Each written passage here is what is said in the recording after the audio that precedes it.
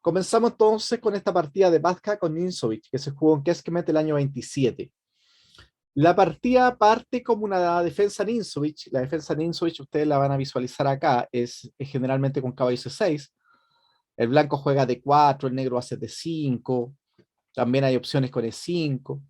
Es una apertura bastante irregular que Ninsovic recibe su nombre porque Ninsovic fue uno de los primeros que empezó a trabajar en ese tema. También vamos a visualizar también que hay otra variante, la misma variante francesa que se juega con caballo C6, que también tiene el nombre de Ninsovic. No olvidar que Ninsovic de una u otra manera es el padre de la escuela hipermoderna y si bien Ninsovic quizás no estaba a la altura de los mejores jugadores de su época, eso más o menos, eso ya está más o menos claro, ¿cierto? No tenía la fuerza de Alekhine, de muchos otros jugadores, pero sí es un gran jugador. ¿Ah? Hay muchas partidas que ustedes pueden visualizar de Ninsovic que realmente son muy buenas. ¿Mm? Cuando jugaba con los mejores, sí, ahí le costaba, porque obviamente esa famosa partida que Alekhine le gana, famosa por el Suxon en la columna C, que me imagino que ustedes la conocen, le gana de una manera bastante aplastante. Pero eso no va en desmedro de la fuerza que tiene él como jugador. Bien, continuamos entonces. Vamos a ver la partida vasca con Ninsovic, ¿cierto? Que se jugó en Kecskemét en 1927. El blanco parte con E4 y el negro responde con caballo C6.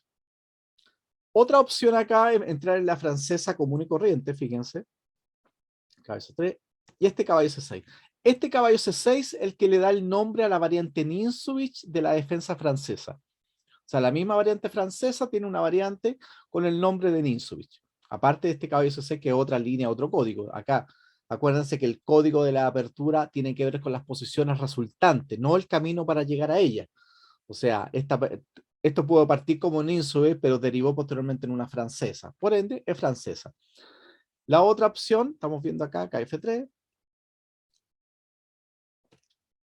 Interesante es alfil de 3 en esta línea. Ya lo hemos mencionado más de una vez que el libro no se preocupa tanto de la apertura porque no es el objetivo. Lo que interesa del libro es la relación que tiene la apertura con el medio juego y rápidamente con el final. El F6, fíjense qué importante el F6, porque del momento, cuando yo visualizo este tipo de posesión, sé que hay dos formas de romper esto. Uno con C5 y otro con F6. Como el caballo está en C6, inmediatamente el punto C7 ya no lo puedo mover. ¿Eso qué quiere decir? Que ya C5, por lo menos por ahora, no se puede realizar. Por eso es tan importante que cuando yo vea una cadena de peones, acuérdense que esta cadena de peones está relacionada con esto, lo ideal sería siempre pegar en la base de la cadena de peones, pegarle en B2. Si no le puedo pegar en B2, sigo con la que continúa y así voy avanzando posteriormente en la cadena, B2, C3, D4, E5. Este F6 no es quizás el mejor movimiento para romper la cadena, pero si ustedes se ponen a pensar, no tengo otro mejor. No tengo, lo ideal para mí sería jugar a 3 ahora, pero no existe la 3, no es posible. Como no puedo eso, tengo que conformarme con pegarle en el fondo de manera al peón más avanzado, que en este caso sería el peón de 5. Por eso este F6 es tan importante. Si esta posición con negra yo no hago F6, lamentablemente es una posición casi agónica para las negras. Eso hay que tomarlo como referencia. Los movimientos liberadores, acuérdense que sirven como pauta, como una guía para poder buscar, en este caso, la igualdad, para acercarme a la igualdad, o sea, para liberarme. Si no existe tal liberación, la posición, lo único que pasa, empezamos a quedar una posición cada vez más limitada. Así que por ende, este movimiento F6 es casi único, podríamos hablar. Bien, tomo, alfil de 3, alfil de 7, C3 y enroque. Y esta es una posición bastante jugable para las negras. El negro se enrocó largo, ¿cierto? Y este peón de E6 tiene que en algún momento moverlo a E5 y seguir luchando ahí con la apertura del centro. Vamos. En la partida entonces viene 4 cabezas 6, que señalamos que es la apertura Ninsovic, ¿cierto?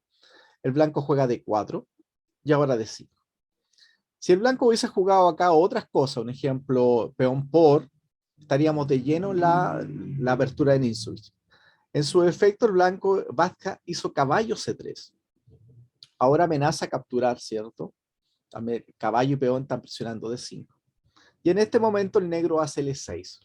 Del momento que el negro hace L6, ya entramos de lleno entonces en lo que estamos visualizando arriba, que en el fondo es una variante, la variante Ninsues de la misma defensa francesa. Continúo entonces.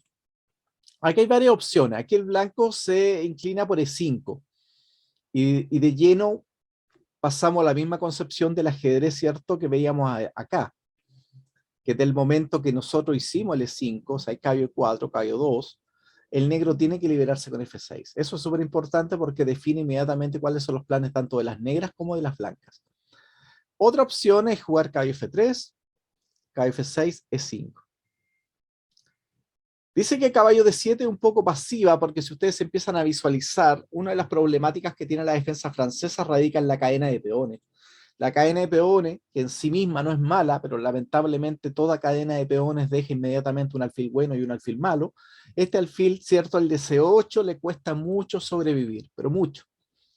Por eso nosotros, no solamente en la defensa francesa, sino también en la defensa Owen, de hecho en la segunda partida vamos a ver también una idea, que para las personas que estudiamos la defensa Owen es tan común, tan importante por lo demás, que es cambiar el alfil pasivo de C8 por el alfil bueno de F1. En este caso puntual nos damos cuenta que aquí las piezas negras están un poquito apretadas. O sea, yo no sé prácticamente dónde se van a desarrollar. Entonces eso a la larga va ocasionando, ¿cierto?, que la posición de las negras tenga una posición bastante pasiva por lo demás. Entonces, el negro tiene que intentar en lo posible este caballo 4. No puede capturar porque queda de manifiesto la presión sobre T4. El blanco tiene que jugar. Fíjense, importante, por la cadena de peones, las blancas tienen que atacar el flanco de rey y las negras generalmente tienen que hacer lo mismo en el flanco de dama o en su defecto buscar algún tipo de contrajuego a nivel central. Cada uno va a tener un plan determinado, definido. Eso es súper importante porque yo no puedo improvisar con los planes. Uno de los grandes problemas con respecto al tema de la apertura y a la improvisación radica en eso, en que muchas personas terminan en un momento determinado improvisando. Y esa improvisación, ustedes tienen que entender que mayoritariamente, matemáticamente, generalmente tiene más tendencia a equivocarse que a acertar. Porque yo podría decir, mira, yo este código, un ejemplo, un código puntual, no lo manejo. Como no lo manejé, encontré este movimiento, después lo comparé con la base de datos y sin querer lo encontré, o sea, tuve suerte. Eso en el ajedrez no es posible desde el punto de vista práctico, porque como les repito, desde el punto de vista matemático, numérico, las tendencias siempre va a ser equivocarse. Entonces yo no puedo jugar ajedrez desde ese punto de vista. Acuérdense siempre que la apertura siempre tiene una relación más cercana a la memoria que al cálculo. Hay cálculo, sí, nadie está diciendo que no exista el cálculo, pero la relación mayoritaria es recordar una posición previamente estudiada, no solamente aprendiéndonos movimientos de memoria. Estamos hablando de planes típicos, conceptos generales, golpes tácticos relacionados, disposiciones de piezas con respecto a la relación del final. Por eso es tan importante este libro, porque estamos visualizando rápidamente cómo llega y choca inmediatamente con un final. Bien, sigamos. Acá interesante para las negras fil B4. Y estamos ejerciendo una presión sobre C3. En la partida alfil D3, caballo C3, BC3, alfil E7, H4. El blanco se tiene que expandir por el flanco de rey. Estas son las cosas que nosotros cuando les explicamos a los aficionados, a veces les cuesta entender. Las cadenas de peones son tan importantes porque definen hacia dónde van las piezas, definen hacia cuál es el flanco que hay que atacar. Entonces una cadena de peones va a atacar hacia un flanco dependiendo de qué cadena de peones sea. En este caso puntual las blancas están claritas apuntando. Fíjense que todas las piezas blancas están direccionadas de cierta manera hacia el flanco del rey. Todas las piezas están pasando al flanco del rey. La única pieza que acá difícilmente vaya a incorporarse va a ser la torre de A1.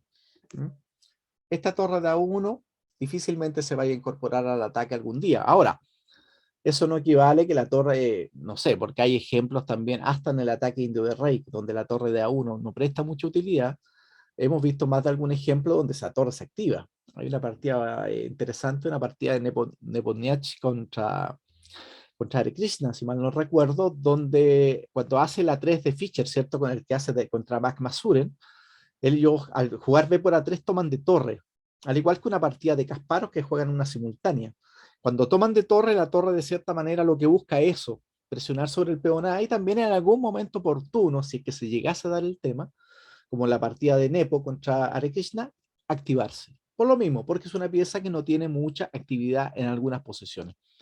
Bien, así que el negro hace H6, controla la casilla G5. Esta casilla es súper importante para la defensa francesa y para la defensa Owen. ¿Por qué Owen y francesa tienen vasos comunicantes? Porque disponen de algo muy similar, que es la cadena de peones. Por eso, personalmente, los alumnos que yo tengo, nosotros estudiamos la defensa Owen con negras y estudiamos el ataque indio-rey con blancas. Una recomendación sería esa. Tú quieres jugar defensa francesa, un ejemplo. Estudia primero defensa Owen. Primero, la dificultad es menor. ¿Ya? Eso es súper importante porque, siendo bien objetivo, nosotros no nos dedicamos a esto todo el día. Entonces, el poco tiempo que podemos dedicarle al ajedrez, tratamos de priorizarlo y decir, chuta, si voy a estudiar una apertura tan compleja, ¿por qué no sería interesante estudiar una apertura previa para poder el día de mañana entrar de cierta manera a la defensa francesa? Hay que destacar también que la defensa francesa es una de las aperturas estratégicas más importantes que existen contra la respuesta E4. O sea, contra E4 existen varias respuestas. Las más populares siempre van a ser francesa y siciliana. Quizás la más incisiva es siciliana, pero estratégicamente la francesa es una apertura que se ha jugado históricamente en los mejores jugadores del mundo, partiendo jugadores de la talla de Morozevich, Korchnoi, ¿cierto? Y gran parte de los mismos jugadores soviéticos. El mismo Botvinnik, que Botvinnik prefería, ¿cierto?, la Caro-Kann, pero en general todos estos jugadores siempre han estado mirando un poquito la defensa francesa, y eso no es casualidad, es porque una defensa realmente muy llena de conceptos estratégicos. Por ende, es complejo estudiarla. Por eso yo les doy una recomendación, si quieren estudiar defensa francesa, primero échenle un manito a la defensa Owen. La teoría es muy reducida en comparación con la defensa francesa. Los códigos, la Owen es B00, la francesa tiene códigos prácticamente que casi toda la C, gran parte de la C es francesa, con eso les digo todo. Eso es bastante. Bien, caballo H2 hacia acá, B6 da más G4. ¿Por qué es tan importante este caballo H2? Porque este H6 controla la casilla G5 para evitar el caballo G5 y el dama H5 posterior. Que la dama participe en el ataque en el flanco de rey es una de las metas que quiere la flanca, porque acuérdense que según la cadena de peones, la flanca apuntan al flanco de rey. Así que este caballo H2 lo que permite de cierta manera es que la dama se active en el flanco de rey. Y ahora ya las negras tienen un problema acá. Si alguien juega francesa, tendrá que entender que acá la francesa a veces juegan hasta rey F8, que para nosotros que si no somos jugadores de francesa nos pueden parecer bastante bizarra por lo demás, pero realmente es un movimiento bastante jugado dentro de un esquema francés. Pero eso es tan importante tener el conocimiento para poder jugar con ese tema. Porque fíjense que no tengo torre G8, tengo alfil por H6, alfil H7, o sea, hay varios temas ahí tácticos que están latentes. Hacer G6 es casi un poco suicidio por el H5. Entonces, lamentablemente, estos movimientos, controlar la casilla G7 con una pieza, generalmente con el rey, es casi en muchas posiciones de la defensa francesa, casi un poquito obligado, ¿no? Por eso la dificultad de la misma. En la partida en cuestión, Blanca Fatka hace E5 y entramos de lleno entonces en la defensa, ¿cierto? Dentro de la misma defensa francesa, variante Ninsovic. Ahora, fíjense acá importante, y una de las cosas llamativas, y esto yo creo que una de las cosas que me gusta mucho de este libro, que podemos conversar de temas estratégicos que muchas veces en las partidas de finales propiamente tal no hemos podido estudiar, porque obviamente llegamos a una posición muy específica y trabajamos las reglas o la excepción a las reglas de dicha posición. Pero acá no, acá hablamos de ajedrez en general, desde la apertura medio juego al final, ya estamos yéndonos para allá. Entonces, en esta posición, esto es lo que yo les señalaba, este alfil de C8 es una pieza que tiene problemas. Como no solamente la tiene aquí, la tiene en las variantes del gambito de dama, ¿cierto? En muchas posiciones donde existe esta cadena de peones, el alfil de C8 es un problema. Ahora, la pregunta que uno se tiene que hacer es, ¿cómo le doy solución a ese problema? Se supone que el concepto más básico, ¿cierto?, de lo que es inteligencia es solucionar problemas. Este es un problema. ¿Cómo soluciono el tema del alfil de C8? Si mágicamente desaparece el alfil de C8 por el F1, estaría realmente haciendo un cambio maravilloso. Acuérdense que la concepción de cambiar piezas, para que ustedes lo tengan así y les quede más o menos la idea, ¿cierto? Cambiar piezas sería de cierta manera como proyectarse, como ver el futuro, pero ver un futuro donde ese futuro a ti te sirva, te convenga. No es como simplemente un destino donde tú no tienes, como te digo, injerencia. Acá no. Dentro del juego sí tienes injerencia porque los cambios de pieza van a determinar que se va a producir una posición específica, donde tú vayas a llegar y te va a servir ese cambio de pieza. Entonces tratan de, en lo posible, pensar esa idea. Cambiar piezas es ver el futuro, pero un futuro favorable. ¿Por qué? Porque no es un destino. No hay alguien sobre nosotros que nos esté diciendo, ya, te tocó este destino y no hay nada, no hay vuelta que hacer. No, no, no. Aquí es todo lo contrario. Yo soy el dueño, amo y señor de las piezas y por ende voy a cambiar las piezas en un momento determinado para que ese destino me sea favorable. Fíjense que es un pequeño a considerar, considérenlo, porque realmente cada vez que vamos a hacer un cambio de pieza, piensen de eso. Ya, voy a cambiar alfil por alfil, ya, ahora, piensa un poco en el futuro. ¿Ese cambio te favorece? ¿Tiene algún sentido práctico? ¿Estás ganando material? ¿Estás ganando algo posicional? ¿Te estás proyectando en el final? Todo lo que tiene que ver con cambios de pieza es una de las grandes problemáticas dentro del mundo del ajedrez, porque es saber ajedrez. Entonces, y como ustedes verán, no hay un libro específico que diga cómo cambiar piezas, no, no lo van a encontrar, ¿no? Puede que haya uno que otro artículo, pero un libro dedicado solamente a cambiar piezas no hay. Entonces, es súper interesante entender este concepto. Ahora, como no tenemos magia, ¿cierto? No somos Harry Potter, no podemos cambiar el alfil de C8 por F1, lo que tiene que hacer ahora el negro es buscar los mecanismos para cambiar el alfil.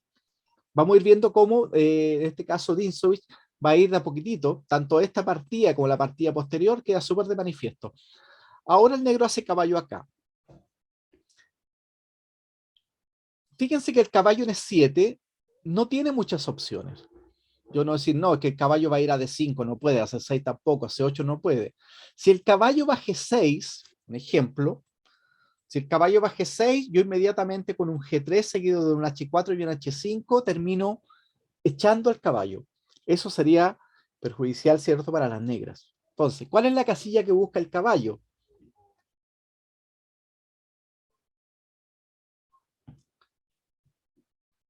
La casilla F5. Ahora, ¿por qué F5? Uno dice, pero ya, está bien, F5. ¿Pero por qué es importante F5? Porque de Le una u pega otra de 4. manera... ¿Cómo? Que le pega de 4, le pega a la Porque le base. pega de 4. Es importante eso, es lo que dice Cristian. Todo el ajedrez gira en torno ahora a la destrucción de la cadena de peones. Si no destruyo la cadena de peones, no tengo plan. Y muero asfixiado. Se lo estoy firmado. Muero en la asfixia misma. El plan de las negras es destruir la cadena de peones y el plan de las blancas es mantener su cadena de peones. Ese es el gran plan para empezar en esta partida. Entonces, que el caballo vaya a F5 no es un capricho, es porque hay una amenaza latente y directa sobre el punto D4. Ahora, el caballo estando en C3 no puede hacer el movimiento natural que sería C3. Entonces, ¿qué significa que con este caballo G7 yo le estoy preguntando inmediatamente a mi rival, hey, ese caballito vaya a tener que después, el día de mañana, en algún momento, vaya a tener que sacarlo y para poder hacer un C3. Veamos. El blanco hace caballo F3 y ahora, importante, como tengo un problema que es este, tengo que darle solución. Tengo que hacerlo. Entonces, si la defensa francesa se jugara sin el alfil de C8, sería una maravilla. O sea, pero realmente sería una gran maravilla. Las negras tendrían un excelente juego. Porque muchos de los problemas que presenta la defensa francesa apuntan exclusivamente a la pasividad del alfil de C8. Y en este caso puntual, Ninsovic trata de solucionarlo a través de B6. Como este peón difícilmente se vaya a salir de ahí, entonces el negro tiene que buscar una respuesta por el otro lado. Todo lo que estamos hablando es estrategia ahora. Estrategia con un direccionamiento claro y preciso que tiene que ver con la mejora de nuestras piezas. Cuando una pieza está más activa, se proyecta más. Al fin y al cabo, geométricamente ocupa más superficie. Por eso es tan importante que todas sus piezas ocupen la mayor superficie posible. Fíjense que antes que haga B6, este alfil tiene una casilla para mover. Comparen cuando el alfil lo puedo colocar en D3. Eso es superficie, eso es proyección, eso es una pieza que inmediatamente está apuntando a ambos flancos. Eso es lo que yo necesito hacer con todas mis piezas, que cubran la mayor cantidad de área posible. Acuérdense que estamos trabajando dentro de un tablero. ¿Esto qué significa? Que hay figuras, ¿sí? Una figura geométrica, que hay superficie. Entonces, es súper importante entender ese concepto. Bien, ahora B6. Como les decía, ese caballo en C3 en algún momento se tenía que mover. Ahora, que el caballo venga para acá no es casualidad. ¿Por qué alguien, un ejemplo, por qué alguien podría mover el caballo a A4? ¿Qué les parece caballo A4? ¿Quién me puede explicar cuál es el sentido de caballo A4? Acuérdense que buscamos darle un sentido lógico a lo que estamos haciendo. El de A4 es el mismo de D2, que es jugar C3, pero en D2 el caballo tiene más opciones de movimiento. Ya, fíjate importante, pero aquí hay algo más también súper importante. No solamente tenemos que sacar el caballo para defender nuestra cadena de peones, porque lo que yo quiero con blanca es que la cadena de peones siempre esté ahí. Pero hay un tema también matemático. ¿Dónde tienen que atacar las blancas? El rey, Al por el flanco de lado del rey. flanco rey. ¿Sí? Si yo tengo que atacar al flanco de rey, matemáticamente me dice, es bastante simple. Mientras más piezas vayan al flanco de rey, mayor posibilidades tengo de materializar dicho ataque. O sea, tengo mejores opciones. Entonces, no es casualidad que un caballo A4, un caballo B1, un caballo B5, que son movimientos que yo podría hacer. Lo que a mí me interesa desde el punto de vista pedagógico es yo poder explicarle a un niño y decirle cuál es la diferencia que el caballo vaya B1, A4, B5. Ahí está la explicación. Del momento que el caballo viene a E2, le doy la oportunidad al peón de C2 que se coloque en C3. Lo logré. Ya tengo mi cadena de peones totalmente defendida. Ahora, este caballito podría tranquilamente ir para acá, o en su defecto para acá y para acá. Eso es agregar más cierto potencial al ataque. Por eso tiene ese sentido. Y ahora el negro hace el movimiento que todos estábamos esperando. Alfil A6. Esto para nosotros los jugadores de la Owen, esto es una maravilla, porque es prácticamente cambiar el alfil malo. ¿Ah? Yo sé que no todos juegan Owen, pero para los que jugamos Owen, esto es como, ay, como una tranquilidad. Uno dice, chuta, me saqué el alfil de C8, que es una pieza pasiva. Bien. O sea, parte de mi estrategia, desde el punto de vista como apertura, lo logré. Entonces ahora, un ejemplo, si caballo G3, tomo, acá, este H5 lo que busca de cierta manera es neutralizar el ataque de las blancas en el flanco de rey. No confundir, pensar que las negras quieren atacar el flanco de rey porque sería totalmente ilógico. ¿Ah? El negro no puede atacar en un flanco que no tiene mayorías de piezas. Al contrario, las blancas son las que tienen mayoría en el flanco de rey. Estos movimientos lo que apuntan de cierta manera es a neutralizar. Es como el A3 de Fischer contra la partida de McMasur en el ataque indio de rey. Cuando el negro hace A4 y B4, Fischer hace A3. Pero esa 3 no busca atacar al flanco. No, lo que busca el A3 de Fischer en esa posición específica es tratar de dificultar, ¿cierto? De cierta manera, por lo menos temporalmente, el contrajuego de las negras en el flanco de dama. ¿Por qué? Porque ahí tienen mayoría. Las negras tienen mayoría. Cuando ustedes tienen definido un flanco, ustedes tienen mayoría por ese flanco. Lo que hace el otro es tratar en lo posible de evitar que se le venga la avalancha tan rápido, pero en el fondo no busca un ataque. Ya no se vaya a confundir que no, este H5 es bueno porque el negro ataca. No, el negro no va a atacar nada, porque fíjense que después de alfil G5 se acabó, no hay, ni siquiera existe el H4. Entonces ahora dama C8. Ahora, este dama C8 no solamente es bueno porque se saca la clavada, porque le está dando vida a la dama por acá. Esta maniobra es la misma que hizo el alfil. Fíjense cómo la dama replica el mismo concepto, porque la dama en D8, como usted entenderá, no tiene mucho que hacer. Y ahora la dama, cuando se mueve, también permite, de cierta manera, en algún caso, si es que se diera el tema, enrocarse largo. Pero, en primera instancia, lo que hace es tratar de jugar en A6 para poder activarse. Un ejemplo, si dama D3, para evitar el dama 6, caballo acá, C3 y H4. Y ahora lo que estábamos conversando, el negro está tratando ahí de neutralizar un poquito el flanco de rey. La otra opción es caballo H4, con la idea de estar presionando en H5, pero ahora jaque, acá, y ahora buena. Dama A4, amenazo simplemente dama por D4. Entonces, si ahora C3, tomo, y resulta que acabamos de entrar de lleno en un final. ¿Quién puede valorar este final? Que alguien mire esta posición y me dé una valoración de ese final a nivel estratégico. ¿Quién ha conseguido mejores cosas?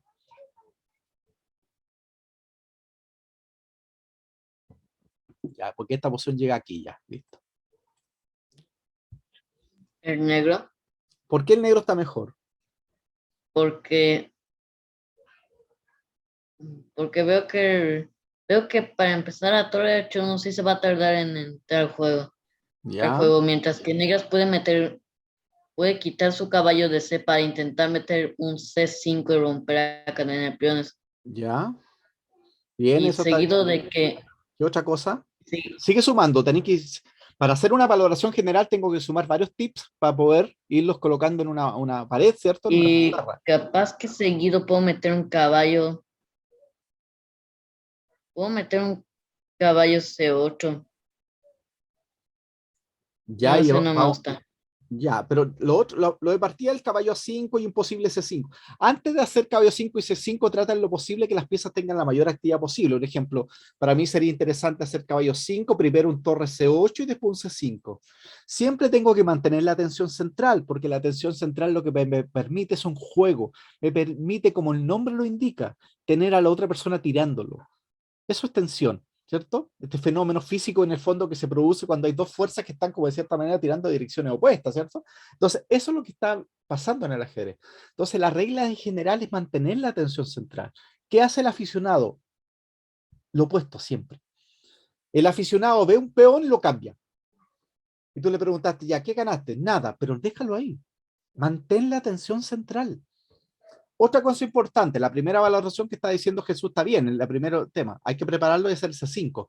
Pero fíjense esta cadena de peones, que esto es relevante. Sí, eso iba a comentar, que el alfil que tiene el blanco es malo en relación a su cadena, en cambio el alfil negro es el bueno. Excelente. Fíjense la Creo que, cantidad de detalle que vamos viendo ahí. creo que en este sentido apoyó a Jesús que el negro tiene mejores piezas que el blanco, el rey está mejor situado del negro porque está en el centro y llega más rápido. El rey blanco está estorbando sus piezas y las blancas como que perdieron la coordinación, perdieron en el ataque al cambiar la dama, entonces perdió la coordinación de todo lo que tenía. Y otra cosa que iba a sumar, no sé si tenga factibilidad, pero las negras tienen rupturas muy rápido, el F6 es como que está viniendo muy rápido. Sí. Creo que eso le da mucha más actividad A y eso es ventaja. eso es lo que nosotros apuntamos.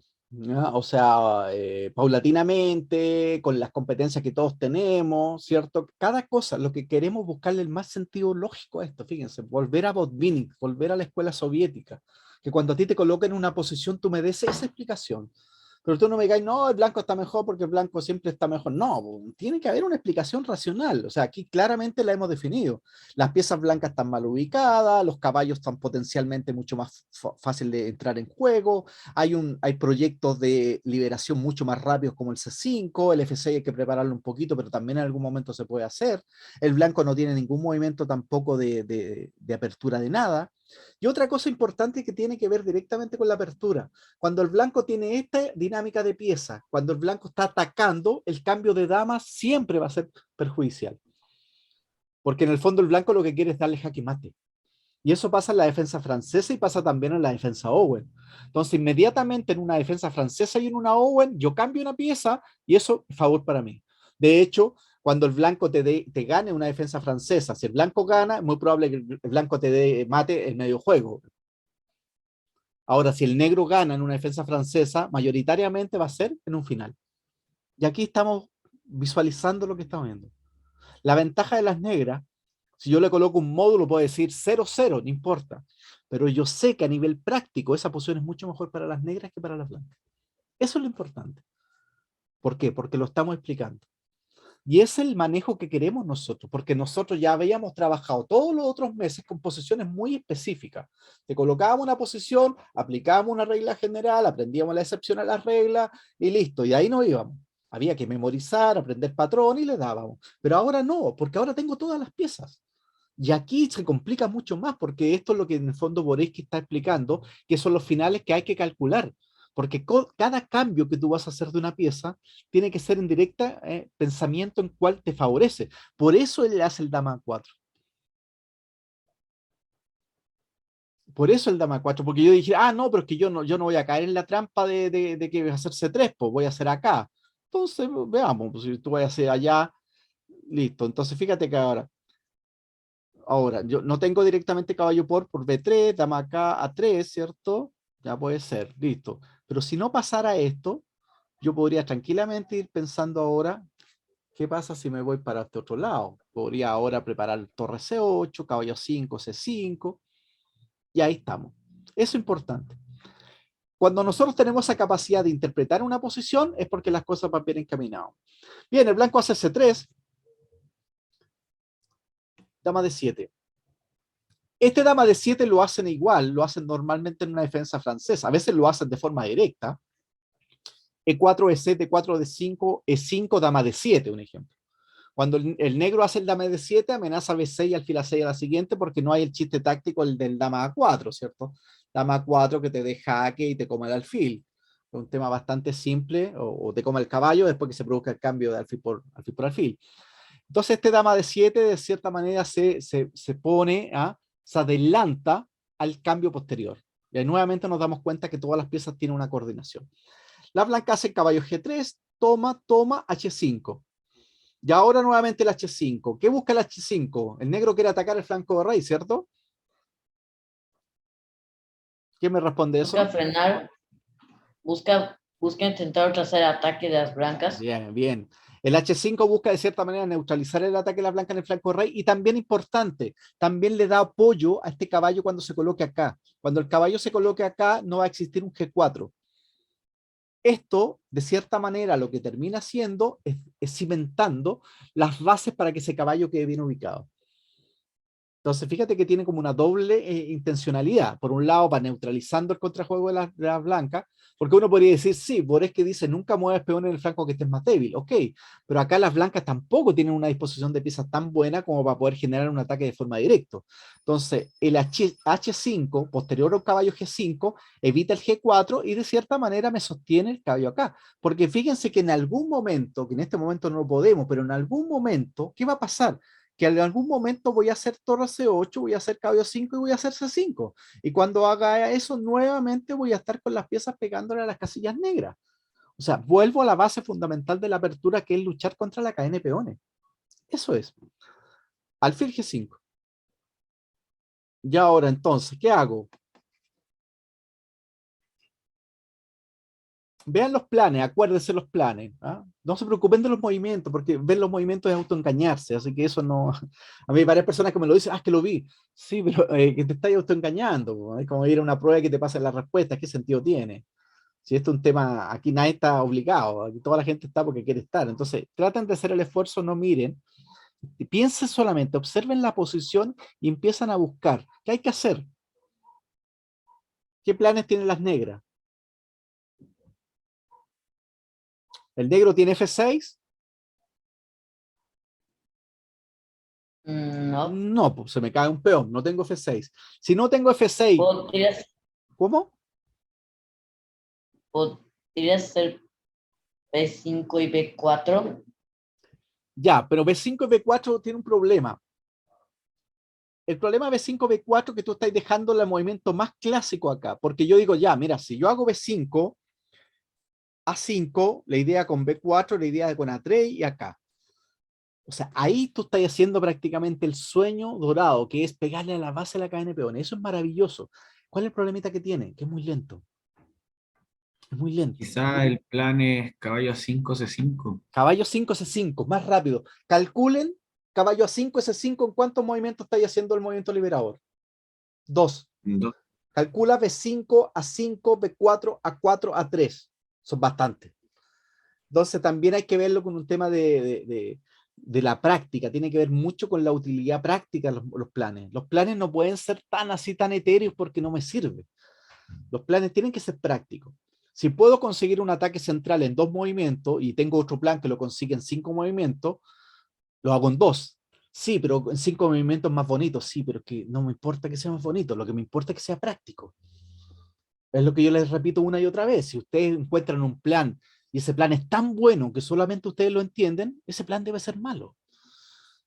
Porque ustedes son tan especiales que solamente ustedes lo visualizan, o tan genio, que eso es poco probable, o simplemente que es que mi plan tenga coherencia, que cualquier ajedrecista, cualquier parte del mundo lo mire y diga, ese plan tiene coherencia. Acuérdense que de una u otra manera, cualquier método tiene que buscar una universalidad, y eso es lo que hace un poco la ciencia. La ciencia tiene que justificarse, tiene que demostrarse en laboratorio, tiene que haber pruebas. Entonces, si lo hacen aquí o en la China, la prueba funciona igual. Eso es. No podemos pensar el ajedrez como no, que yo veo distinto como los demás. Ya, eso hay que dedicarse al arte. Hay otras áreas, ¿cierto?, que tienen otras miradas. El ajedrez no, el ajedrez es súper práctico. Ya, el negro entonces hace caballo 5, dama de 2. Ahora, miren esta posición. ¿Qué pieza es mejor, la dama negra o la blanca?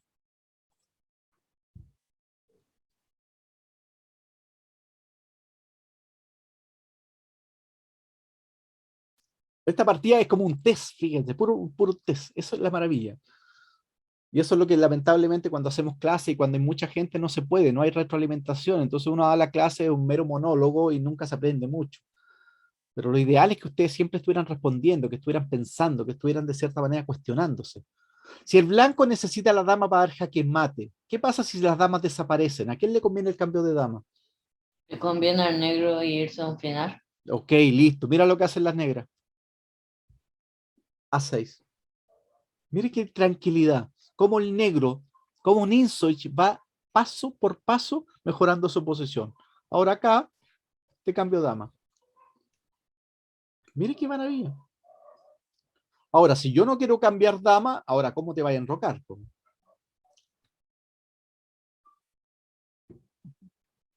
Entonces hace B4. Tomo, tomo y acá. Una vez más hago el análisis general y llegamos a la misma conclusión. Las negras están mejor. Las negras están mejor porque tienen el alfil es mejor que el alfil negro. El negro también tiene movimientos de ruptura. En algún momento puede hacer una 5 o preparar un C5. ¿eh? Estas piezas, fíjense que las blancas, el gran plan de las blancas, de cierta manera, era ejercer un ataque en el flanco de rey. Y al existir, ya no existir dama en el tablero, inmediatamente, ¿cierto? La posición pasa a favorecer a las negras. De hecho, las blancas, ustedes van a ver el resto de la partida, tienen ya una posición totalmente pasiva. Caballo 1, caballo G6, caballo D3, lo cambia. Ahora, ¿por qué cambia el alfil bueno por el malo? ¿Quién me lo puede explicar? ¿Cuál es el sentido de ese cambio? Es la única pieza de blancas que podría causar peligro porque los caballos están inmovilizados. Yo creo que es porque no tiene futuro ese alfil, porque o sea, el B4 como que restringió mucho el alfil. Ya. Y otra cosa importante, que si el alfil de G5 sigue ahí, ¿cómo meto F6? O sea, entonces, lo que no tenemos que ser dogmáticos en decir, chuta, es que Job me explicó que este es bueno y este es malo y ahora me lo cambia. Sí, sí, pero que eso es así, po. El ajedrez va cambiando. Po. Si ustedes se ponen a estudiar ajedrez, se van a dar cuenta que una pieza buena a veces puede cambiarse porque el cambio, la proyección que yo hago con el cambio, me da algo a favor. Y aquí lo que me da a favor es que el negro está haciendo F6 a la siguiente. Y yo no puedo hacer F6 ahora. Po. ¿Cómo hago F6 ahora? Fíjense, ¿cómo puedo hacer F6? O sea, tendría que buscar, súper rebuscado, tendría que hacer esto para F6. O sea, tendría que hacer 3 movimientos para un F6. Y si ahora yo cambio el alfil, no tengo el F6 mucho más rápido, por supuesto que lo tengo más rápido. Entonces ahí nos damos cuenta que tiene sentido cambiar pieza. Y ahora es F4. Acá lo correcto en el fondo es G3. ¿Cuál es la idea? De cierta manera, ¿cierto? Ir neutralizando un poquito la fuerza de las negras, porque las negras están de cierta manera preparando el movimiento liberador, tanto con A5 como con C5. Acá caballo F8. ¿ya? Y acá el negro tranquilamente entonces está preparando el caballo D7 y su torre C8 y algún momento C5. Las negras están mejor, no significa que las negras estén ganadas, ni mucho menos, esta partida se está desarrollando ahora. El blanco hace F4. Entonces, miren esta posición. ¿Qué casilla el negro tiene que apoderarse?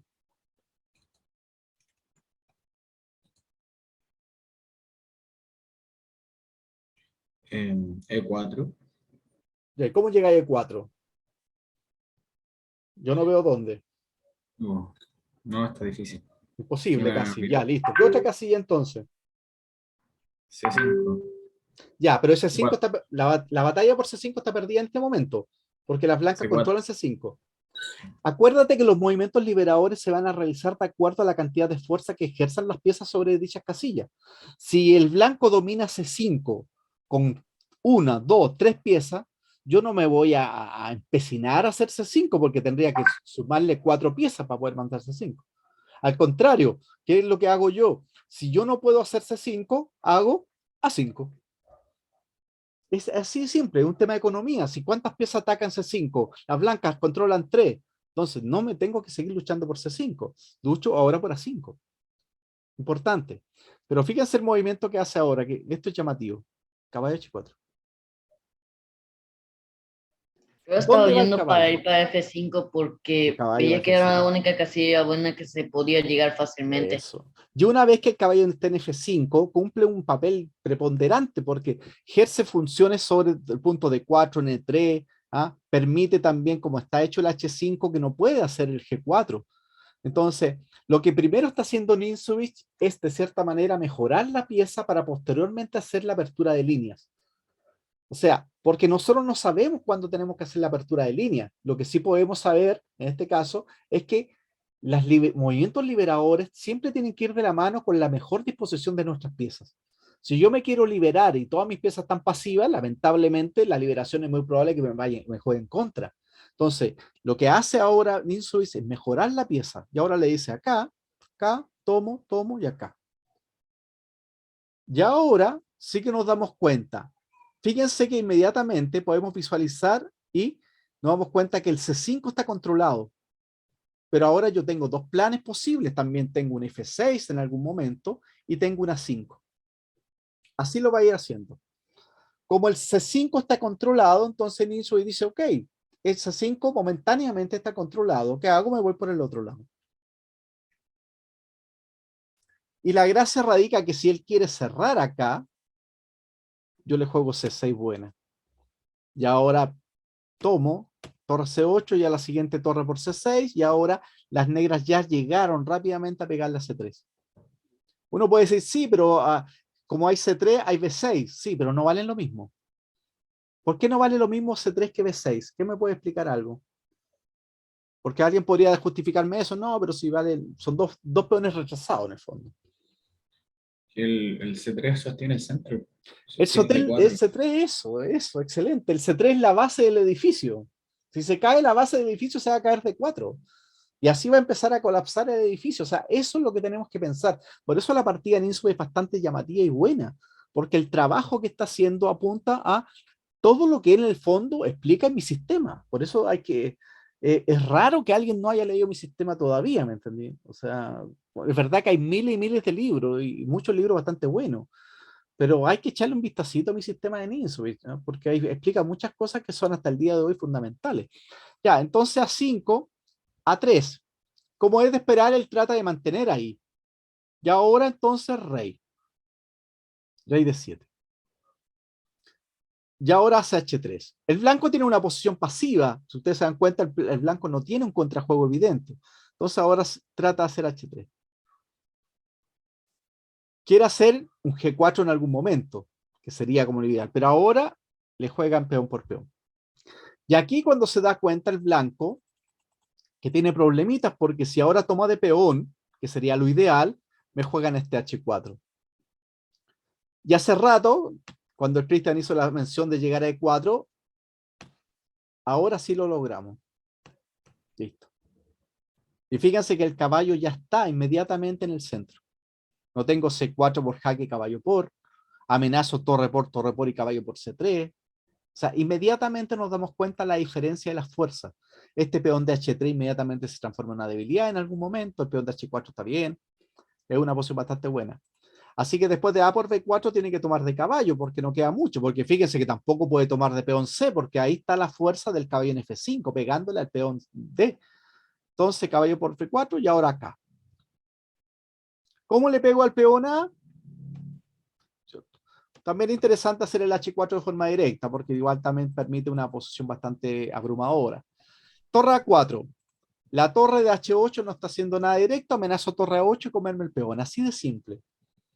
No hay ningún plan acá que uno tenga que explicar así como de forma mágica. No, todo lo que está haciendo Ninsubi tiene un sentido. ¿Ah? Fíjense qué llamativo.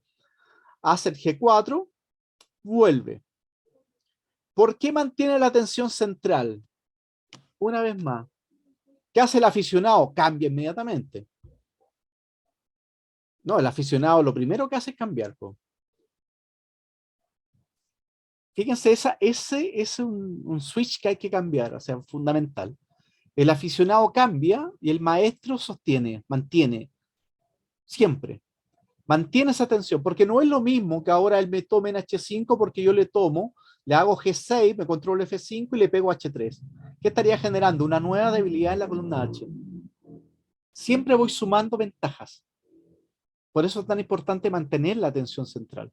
Ahora rey E3. ¿Qué hago ahora?